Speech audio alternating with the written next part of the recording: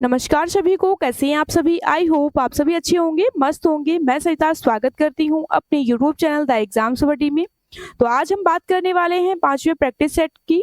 तो अभी तक हमने कितने प्रैक्टिस सेट कवर किए हैं? तो अभी तक हमने 4 प्रैक्टिस सेट कवर कर लिए हैं। तो सेशन को शुरू करते हैं बिना किसी देरी के साथ।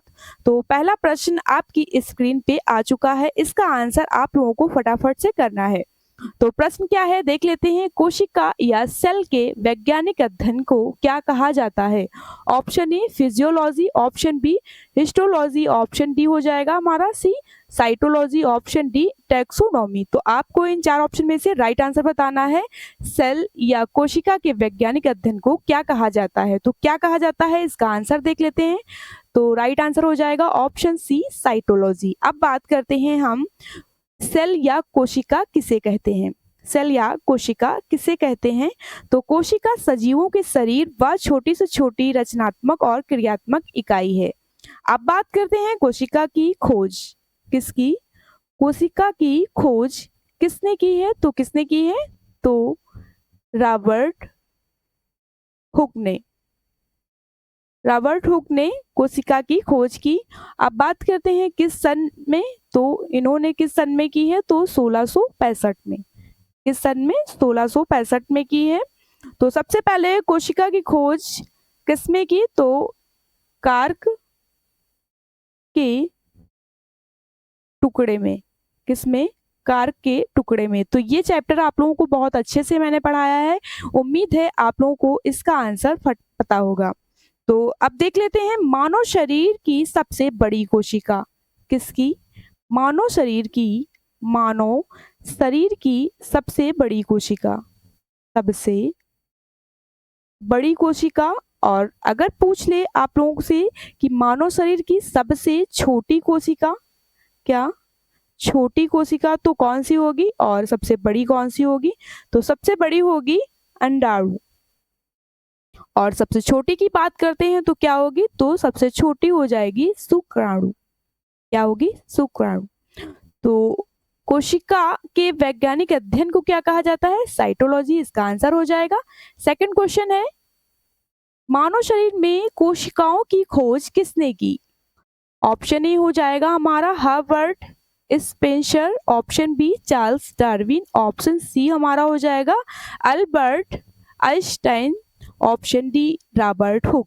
तो इन 4 विकल्प में से राइट आंसर बताना है, कोशिकाओं की खोज किसने की? तो किसने की? ऑप्शन डी राइट आंसर हो जाएगा हमारा। तो इन्होंने किस सन में खोजा? तो सन 1665 में। किसमें? 1665 में इन्होंने खोजा। अगला प्रश्न है, ब्रिटिश वैज्ञानिक ने 1665 ईस्वी में कोशिका की खोज की। ऑप्शन ए हो जाएगा Robert Hooke, option B Fleming, option C Leeuwenhoek, option D हो जाएगा रॉबर्ट ब्राउन। तो किसने की 1665 में कोशिका की खोज? अभी मैंने बताया। तो कई तरीके से प्रश्न बनते हैं, तो इसका राइट आंसर हो जाएगा, क्या होगा? Option D, option A right answer हो जाएगा, रॉबर्ट हुक ने। ब्रिटिश वैज्ञानिक रॉबर्ट हुक ने 1665 में कोशिका की खोज की। किसकी? कोशिका की खोज की। अब देख लेते हैं हम, रॉबर्ट ब्राउन ने किसकी खोज की? तो रॉबर्ट ब्राउन ने किसकी खोज की? केंद्रक की। किसकी? केंद्रक की खोज की रॉबर्ट ब्राउन ने। अब बात करते हैं लिवेनहॉक, इन्होंने किसको खोजा? तो इन्होंने सूक्ष्म सूक्ष्म जीवों की खोज की। सूक्ष्म जीवों की खोज की। फ्लेमिंग ने किसको खोजा? तो इन्होंने किसको खोजा? इन्होंने पेंसिलिन की खोज की। किसकी? पेंसिलिन की खोज की। फ्लेमिंग ने पेंसिलिन की खोज की। तो अब देख लेते हैं, तो इसका राइट आंसर हो जाएगा रॉबर्ट हुक। अगला प्रश्न है हमारा, रॉबर्ट हुक ने कोशिकाओं की खोज उन्हें देखकर की थी। तो प्याज की झिल्ली, ऑप्शन बी हो जाएगा पतली कार के टुकड़े, ऑप्शन बी तालाब के जल में, ऑप्शन सी हो जाएगा ऑप्शन डी इनमें से विकल्प में से सही नहीं है। तो आपको इन 4 ऑप्शन में से राइट आंसर बताना है। तो रॉबर्ट हुक ने कोशिकाओं की खोज उन्हें पतली कार के टुकड़े में देखा। किसमें? पतली कॉर्क के टुकड़े में देखकर की थी। तो इसका राइट आंसर हो जाएगा ऑप्शन बी। क्या होगा? ऑप्शन बी राइट आंसर हो जाएगा। नेक्स्ट, ल्यूवेनहॉक ने सबसे पहले स्वतंत्र जीवित कोशिकाओं की खोज की थी। ऑप्शन ए हो जाएगा तालाब के जल, ऑप्शन बी सागर के जल, ऑप्शन सी हो जाएगा मिट्टी, ऑप्शन डी मानव शरीर। तो ल्यूवेनहॉक ने सबसे पहले स्वतंत्र जीवित कोशिकाओं की खोज की थी, तो किसमें की थी? तो इसका राइट आंसर हो जाएगा, इसका राइट आंसर हो जाएगा ऑप्शन ई तालाब के जल में। किसमें? तालाब के जल में। किस सन में की थी? तो इन्होंने किस सन में? 1674 में की थी। 1674 में की थी। इन्होंने पानी में बैक्टीरिया और प्रोटोजोआ और अन्य सूक्ष्म जीवों को देखा था। अगला प्रश्न है हमारा, निम्नलिखित में से कौन सी सबसे बड़ी ज्ञात कोशिका है? ऑप्शन ए यूकैरियोटिक कोशिका, ऑप्शन बी प्रोकैरियोटिक कोशिका, option C mycoplasma, option D हो जाएगा शुतुरमुर्ग का अंडा। तो इन चार विकल्प में से राइट आंसर बताना है। अगर बात की जाए सबसे छोटी कोशिका की, तो सबसे बड़ी कोशिका तो ये हो जाएगी शुतुरमुर्ग के अंडे में खोजी गई। ऑप्शन डी राइट आंसर हो जाएगा। और सबसे छोटी की बात करते हैं तो सबसे छोटी तो ये किसमें? तो ये माइकोप्लाज्म में। सबसे छोटी कौन सी है? तो ये हो जाएगी माइकोप्लाज्म।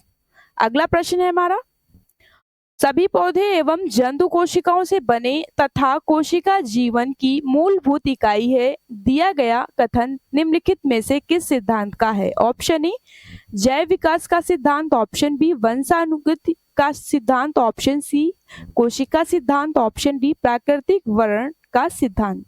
तो आपको इन चार विकल्प में से बताना है। तो अब बात करते हैं कोशिका सिद्धांत किसने प्रस्तुत किया? कोशिका सिद्धांत किसने प्रस्तुत किया? तो स्लाइडन और स्वान ने। किसने प्रस्तुत किया? स्लाइडन और स्वान ने प्रस्तुत किया। तो किस सन में प्रस्तुत किया? तो 1839 में। 1839 में प्रस्तुत किया। तो इसका राइट आंसर क्या होगा? तो इसका राइट आंसर हो जाएगा ऑप्शन सी कोशिका सिद्धांत। अगला प्रश्न है, कोशिका सिद्धांत का प्रस्ताव देने वाले वैज्ञानिक का नाम बताइए। अभी मैंने पिछले क्वेश्चन में बताया है। ऑप्शन ए हमारा हो जाएगा एम.जे. स्लाइडर और थियोडर स्वान ने, ऑप्शन बी हमारा हो जाएगा लैमार्क, ऑप्शन सी हो जाएगा ट्रेवेर्नेस, ऑप्शन डी व्हिटकर और स्टेनल। तो आपको इन चार विकल्प में से राइट आंसर बताना है। तो कोशिका सिद्धांत किसने प्रस्तुत किया? अभी मैंने बताया। तो ऑप्शन ए राइट आंसर हो जाएगा स्लाइडर एवं स्वान ने प्रस्तुत किया। ऑप्शन ए राइट आंसर हो जाएगा। नेक्स्ट, ये किसने प्रस्तुत किया? सभी पौधे एवं जंतु कोशिका से बने तथा कोशिका जीवन की मूलभूत इकाई है। ऑप्शन ए हो जाएगा एम स्लाइडर तथा स्वान, ऑप्शन बी हो जाएगा वीरशा, ऑप्शन जे पुरकिंजे, ऑप्शन डी ल्यूवेनहॉक। तो इसका आंसर क्या होगा? फटाफट से कमेंट करें। तो इसका आंसर हो जाएगा option E. Option E right answer हो जाएगा स्लाइडर तथा टी स्वान ने। अगला प्रश्न है हमारा, किसने कोशिका सिद्धांत को और आगे बढ़ाया तथा वह बताया कि सभी कोशिकाएं पूर्ववर्ती कोशिकाओं से बनी हैं? Option A T Schwann, option B हो जाएगा, ऑप्शन बी हमारा हो जाएगा एम स्लाइड, ऑप्शन सी हो जाएगा जे पुरकिंजे, ऑप्शन डी रूडोल्फ वीरचो। तो आपको इन चार ऑप्शन में से राइट आंसर बताना है। तो किसने बताया कि सभी कोशिकाएं पूर्ववर्ती कोशिकाओं से बनी हैं? तो किसने बताया? ऑप्शन डी राइट आंसर हो जाएगा वीरचो ने बताया है। अगला प्रश्न है हमारा, निम्नलिखित में से कौन सा जीव कोशिका सिद्धांत अनुरूप नहीं है? Option A bacteria, option B virus या विषाणु, ऑप्शन सी कवक, ऑप्शन डी पौधे। तो कौन से जीव कोशिका सिद्धांत अनुरूप नहीं है? तो कौन से हैं? ऑप्शन बी राइट आंसर हो जाएगा विषाणु या वायरस। अब बात करते हैं इसकी वायरस की खोज किसने की? तो वायरस की खोज इवाइनोवस्की ने की। इवाइनोवस्की ने की किस सन में की? तो इन्होंने 1892 में की। इन्होंने 1892 में की। अब बात करते हैं, अगला प्रश्न है हमारा, प्रोकैरियोटिक कोशिका में निम्नलिखित में से कौन सा नहीं होता है? Option E ribosomes, option B हो जाएगा कोशिका झिल्ली, ऑप्शन सी नाभिक केंद्रक, ऑप्शन डी डीएनए। तो इन चार ऑप्शन में से राइट आंसर क्या होगा? प्रोकैरियोटिक कोशिका में निम्नलिखित में से कौन सा नहीं होता है? तो कौन सा नहीं होता है? ऑप्शन सी नाभिक केंद्रक नहीं होता है। अगला प्रश्न है, प्रोकैरियोटिक कोशिकाएं निम्नलिखित में से किस प्राणी जगत में पाई जाती हैं? ऑप्शन ई कवक, ऑप्शन बी हमारा हो जाएगा Animalia, option C Protista, option D Monera. तो आपको इन चार विकल्प में से राइट आंसर बताना है। तो प्रोकैरियोटिक कोशिकाएं निम्नलिखित में से किस प्राणी जगत में पाई जाती हैं? तो किस में पाई जाती हैं? तो ये पाई जाती हैं मोनेरा जगत में, ऑप्शन डी राइट आंसर हो जाएगा। अगला प्रश्न है, ज्ञात सबसे छोटा प्रोकैरियोटिक जीव है? Option E microcyst, option B microplasm, option C bacteria, option D हो जाएगा क्लोरेला। तो आपको इन चार ऑप्शन में से राइट आंसर बताना है। सबसे छोटा प्रोकैरियोटिक जीव है तो कौन सा है सबसे छोटा? तो राइट आंसर हमारा हो जाएगा ऑप्शन बी माइक्रोप्लाज्म। क्या हो जाएगा? माइक्रोप्लाज्म। अगला प्रश्न है हमारा, यूकैरियोटिक कोशिकाओं में आरएनए का संश्लेषण होता है? ऑप्शन ई माइटोकॉन्ड्रिया में या सेंट्रियोल्स में, ऑप्शन बी सी हो जाएगा हमारा रिबोसोम्स में, ऑप्शन डी न्यूक्लियस में। तो आपको इन चार विकल्प में से राइट आंसर बताना है कि यूकैरियोटिक कोशिका में आरएनए का संश्लेषण कहाँ होता है? तो कहाँ होता है? तो न्यूक्लियस में होता है, ऑप्शन डी राइट आंसर हो जाएगा। अगला प्रश्न है हमारा, यूकैरियोटिक सेल में प्लाज्मा झिल्ली किससे बनी होती है? ऑप्शन ए हमारा हो जाएगा फास्फोलिपिड, ऑप्शन बी हमारा हो जाएगा lipoprotein, option C phospholipoprotein, option D हो जाएगा फास्फोप्रोटीन। तो आपको इन चार विकल्प में से राइट आंसर बताना है कि यूकैरियोटिक सेल में प्लाज्मा झिल्ली किसकी बनी होती है? तो प्लाज्मा झिल्ली किसकी बनी होती है? तो राइट आंसर क्या होगा हमारा? तो राइट आंसर हो जाएगा ऑप्शन ए फास्फोलिपिड की बनी होती है। किसकी? फास्फोलिपिड की बनी होती है। अब बात करते हैं यूकैरियोटिक कोशिका या सेल के एग्जाम्पल देख लेते हैं। तो यूकैरियोटिक कोशिका के एग्जाम्पल हो जाएंगे पशु, पौधे, कवक। क्या होगा? कवक और प्रोटिस्टा। ये किसके उदाहरण हैं? तो ये यूकैरियोटिक सेल के उदाहरण हैं। अगला प्रश्न है हमारा, प्रोकैरियोटिक से यूकैरियोटिक भिन्न है? ऑप्शन ए अस्पष्ट झिल्ली की अनुपस्थिति, ऑप्शन बी हो जाएगा क्रोमोसोम, ऑप्शन सी हो जाएगा हमारा फ्लैजेला के 9+2 संरचना, ऑप्शन डी हो जाएगा डीएनए प्रोटीन का जुड़ाव। तो इन चार ऑप्शन में से राइट आंसर क्या होगा? प्रोकैरियोटिक से यूकैरियोटिक भिन्न है। तो किससे भिन्न है? तो ऑप्शन ए राइट आंसर हो जाएगा अस्पष्ट झिल्ली की अनुपस्थिति के। अगला प्रश्न है हमारा, निम्नलिखित में से कौन सा यूकैरियोटिक कोशिका की विशेषता नहीं है? ऑप्शन ए हो जाएगा हमारा न्यूक्लियस अच्छी तरह से व्यवस्थित है, माइटोकॉन्ड्रिया उपस्थित है और परमाणु झिल्ली मौजूद है, ऑप्शन डी लास्ट हो जाएगा हमारा ये पादप कोशिकाओं में क्लोरोप्लास्ट अनुपस्थित है। तो यूकैरियोटिक कोशिका की विशेषता कौन सा ऑप्शन नहीं बताता है? तो देख लेते हैं राइट आंसर क्या होगा हमारा। ऑप्शन डी राइट आंसर हो जाएगा, पादप कोशिकाओं में क्लोरोप्लास्ट अनुपस्थित होता है।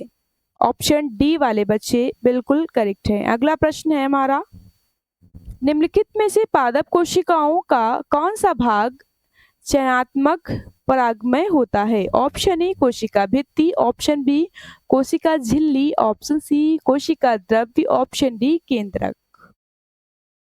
तो पादप कोशिकाओं का कौन सा भाग है वो जो परागमय होता है? तो राइट आंसर हो जाएगा ऑप्शन बी कोशिका झिल्ली। क्या होगा? कोशिका झिल्ली। अब बात करते हैं कोशिका झिल्ली मुख्य रूप से किसकी बनी होती है? तो ये बनी होती है फास्फोलिपिड्स की बनी होती है। ये मुख्य रूप से फास्फोलिपिड और प्रोटीन की बनी होती है, प्रोटीन की बनी होती है। अब बात करें कोशिका भित्ति मुख्य रूप से किसकी बनी होती है? तो ये बनी होती है सेलुलोज की बनी होती है। किसकी? सेलुलोज की बनी होती है। तो दोनों में कंफ्यूजन होता है, तो ध्यान से पढ़ना कि कोशिका झिल्ली किसकी बनी होती है? तो ये बनी होती है फास्फोलिपिड्स और प्रोटीन की बनी होती है। अब बात करें कोशिका भित्ति किसकी बनी होती है? तो ये बनी होती है सेलुलोज की बनी होती है। अगला प्रश्न है हमारा, कोशिका झिल्ली की प्रवृत्ति क्या है? ऑप्शन ए परागमय, ऑप्शन बी अर्ध परागमय, ऑप्शन सी गैर परागमय, ऑप्शन डी स्वतंत्र परागमय। तो आपको इन चार ऑप्शन में से राइट आंसर बताना है कि कोशिका झिल्ली की प्रवृत्ति क्या है। तो आइए देखते हैं राइट आंसर क्या होगा। ऑप्शन बी राइट आंसर हो जाएगा, अर्ध परागमय। ऑप्शन बी राइट आंसर है। अगला प्रश्न है, प्लाज्मा झिल्ली या कोशिका झिल्ली या प्लाज्मा मेम्ब्रेन या चयनात्मक परागमय झिल्ली बनी होती है? ऑप्शन ए प्रोटीन से, ऑप्शन बी लिपिड से, ऑप्शन सी हो जाएगा कार्बोहाइड्रेट से, ऑप्शन डी दोनों ए तथा बी से। तो इन चार ऑप्शन का राइट आंसर क्या होगा? तो देख लेते हैं। राइट आंसर हो जाएगा option D. Option D right answer हो जाएगा। ए और बी मतलब प्रोटीन से भी और लिपिड से भी बनी होती है। अगला प्रश्न है हमारा, लिपिड क्या है?